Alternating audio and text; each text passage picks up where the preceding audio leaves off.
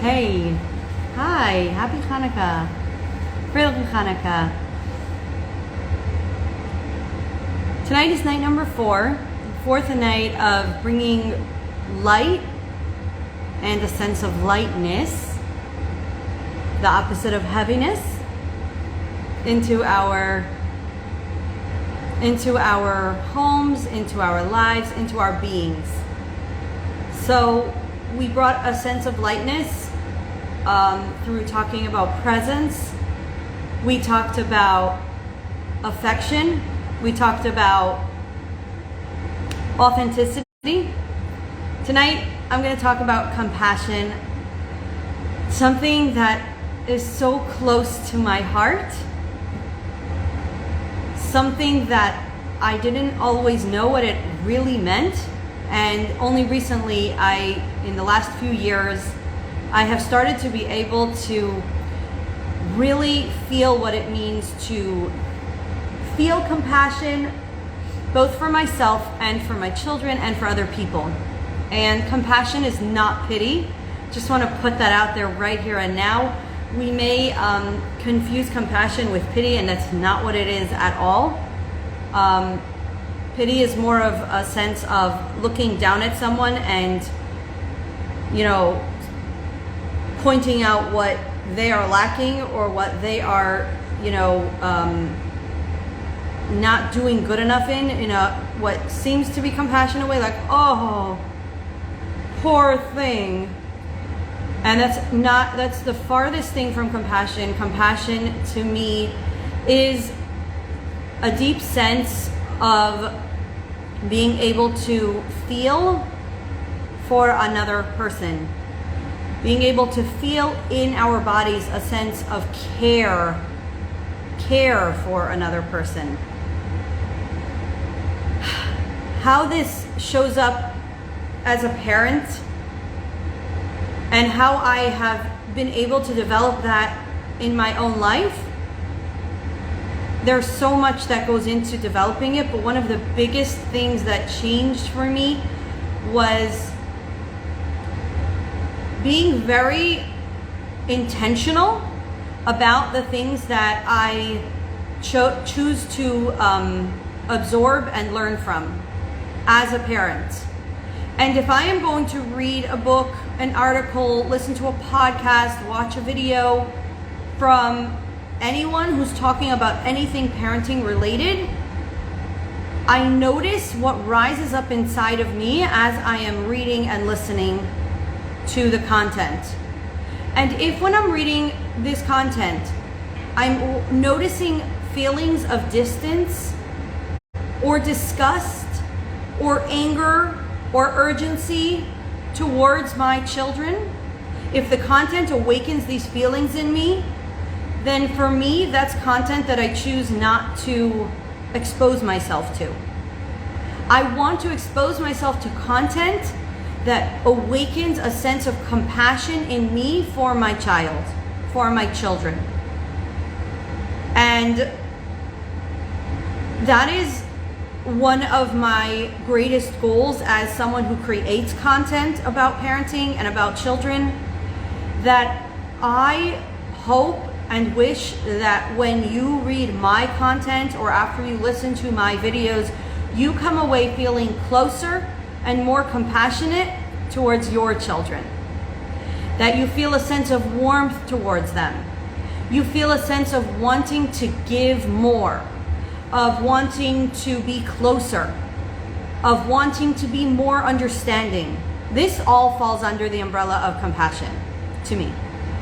So being intentional about what I absorb and what I expose myself to has helped me heighten and develop and deepen compassion for my children as a mother. And aside from all the other benefits that it brings me, that's one of the biggest. So I share that with you, and I hope that's helpful for you too. Another way that compassion shows up, and here I speak to parents of older children. When I say older, it's a range, but I would say 10, 11, 12, and older. And if any of us have children who are older and are struggling in any arena, struggling anywhere, academically, socially, emotionally, whatever it is,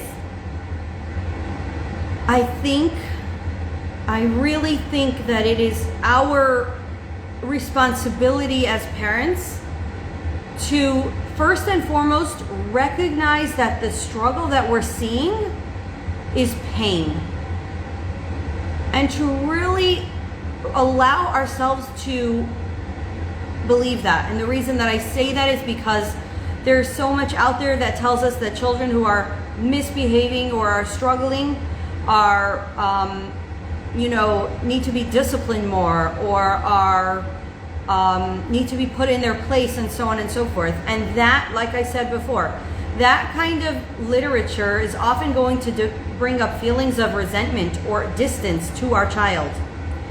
And when I see that especially an older child, and I'll explain why in a minute, this really applies to any child, but especially older children who have probably already absorbed a lot of pain. If they're starting to show a struggle in their older age, in their adolescent years, it means there is already accumulation of pain.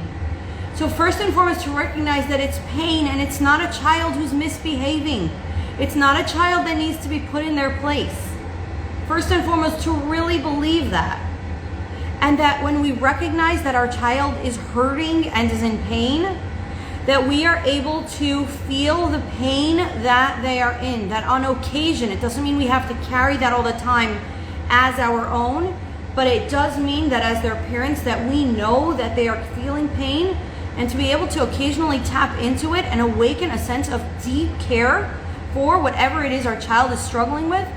And even if we don't understand why they are having this struggle, even if we have nothing that we can seem to trace it back to, we don't know everything that happens in our child's lives. We don't know all the things that happen when they are not around us. And so to just really believe that they are hurting and that they need us to be there to believe their pain and to feel it with them, to have compassion for their pain. And I'm going to go out on a limb and say that I think that if we are a parent whose child is struggling and we want to develop compassion, we can even allow ourselves to get to a point where we are able to cry for the pain that our child is going through, even if we don't know why they are suffering. We do not have to understand why. But to awaken that sense of compassion to the point that maybe there will be a moment where we will close a door to our room, we'll put our face in our pillow and cry for the pain that our child is suffering from. And I know that feels heavy. Maybe it feels intense. Maybe it feels out of reach. And I'm not saying we have to, but if we're able to get to the point where we're able to feel compassion to the point of crying, that can be a powerful, powerful way to bring a deep sense of closeness and compassion for our child. And compassion doesn't mean doing everything for our child. That's not what it is. A little bit like we spoke about yesterday about authenticity. We don't have to do everything for our child. We can authentically share with them that we're not up to doing something. That doesn't negate having compassion for their disappointment. That they are disappointed that we can't do something for them every time they ask. That we can't get them everything they want because we are limited. We are human. And compassion is about just seeing their wishes and holding it with them. Feeling their sadness for not getting what they wanted. Taking a moment when we can to just sit with that and sit with them in their sadness.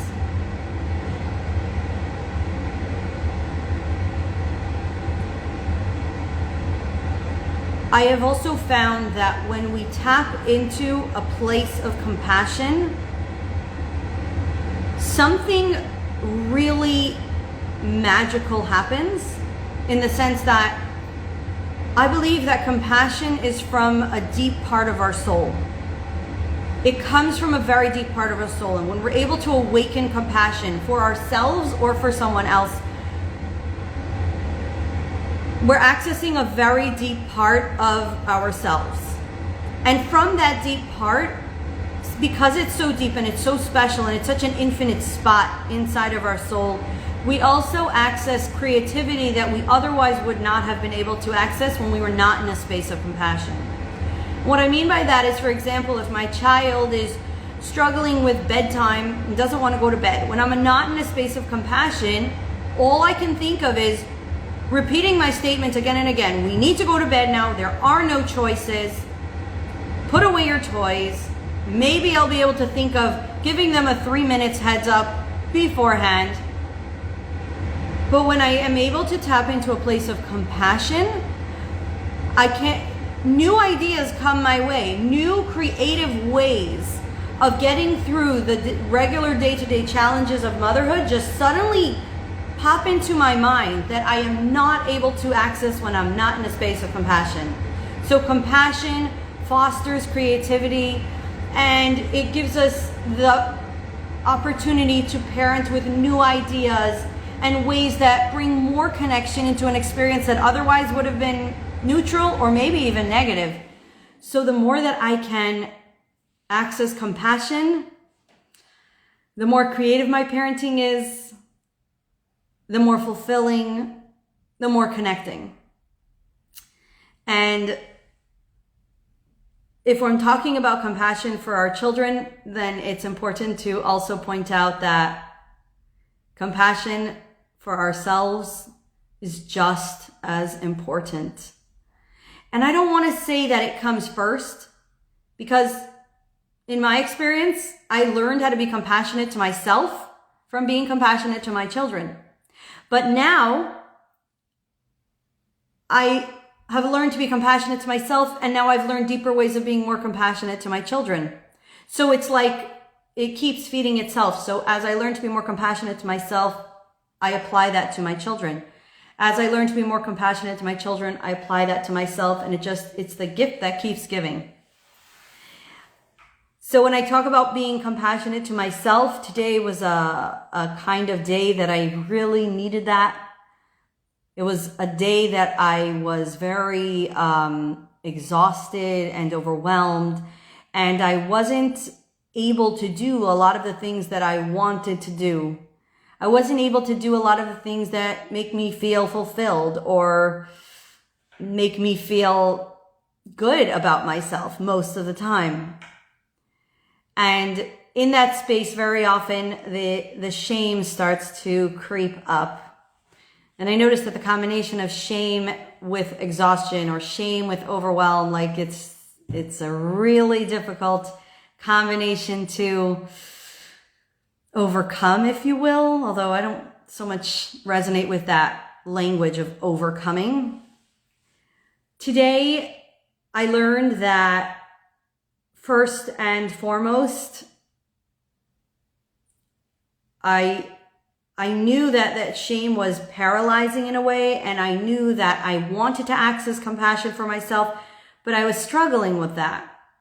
And in a way, the temptation when shame is loud, we kind of want to like listen to it and like obey it. And what I mean by that is that when we feel shame inside of ourselves, sometimes we want to like obey it and go do what it's telling us to do.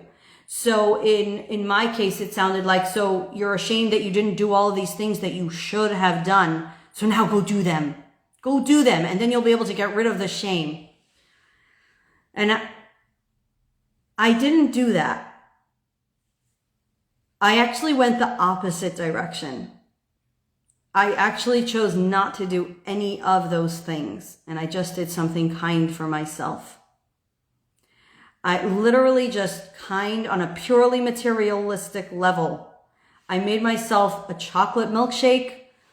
I enjoyed it slowly. And in that moment, I was treating myself with compassion. And that really helped to kind of calm down the shame, because shame doesn't need us to do more. What it really is telling us is that it's telling us to notice that we need a little more compassion for ourselves. It's time to be kinder to ourselves. We don't need to berate ourselves. We just don't.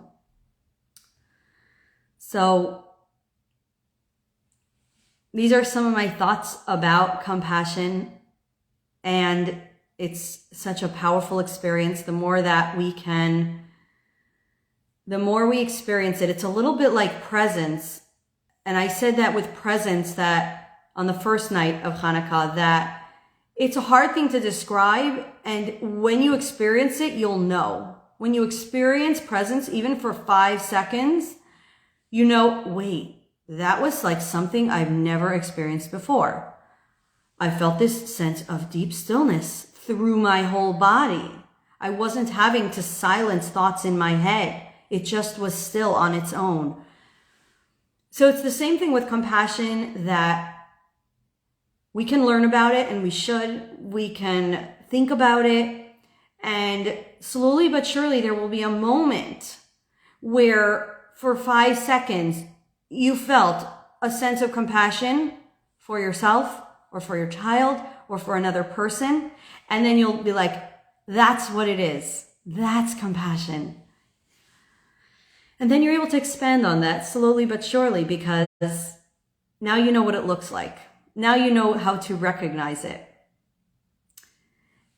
In working with mothers one-on-one in our coaching sessions, this is one of the foundations of the work that I do with mothers. And if you've worked with me, I trust that you experience that we bring compassion up to the top. We bring it to the forefront. We bring it up for you. We bring it up for your children. And then we extend that. We bring that into the world. And this is truly how our world is going to heal, is through those little moments of compassion and kindness that we start with for ourselves and for our children and our spouses and for our circle, the circle around us, and it just ripples out to the rest of the world. That's how the world is going to heal. It is healing. In this moment, as we're just conversing about it, we're bringing compassion into the world with our voice, with our words, literally. So thank you so much for being here and participating in these moments of compassion. And I invite you to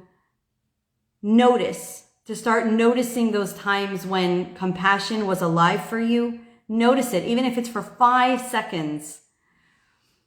And share that. I welcome your experience. I welcome your feedback, your questions. And yeah, just be kind to yourself. It's the greatest gift. Happy Chanukah.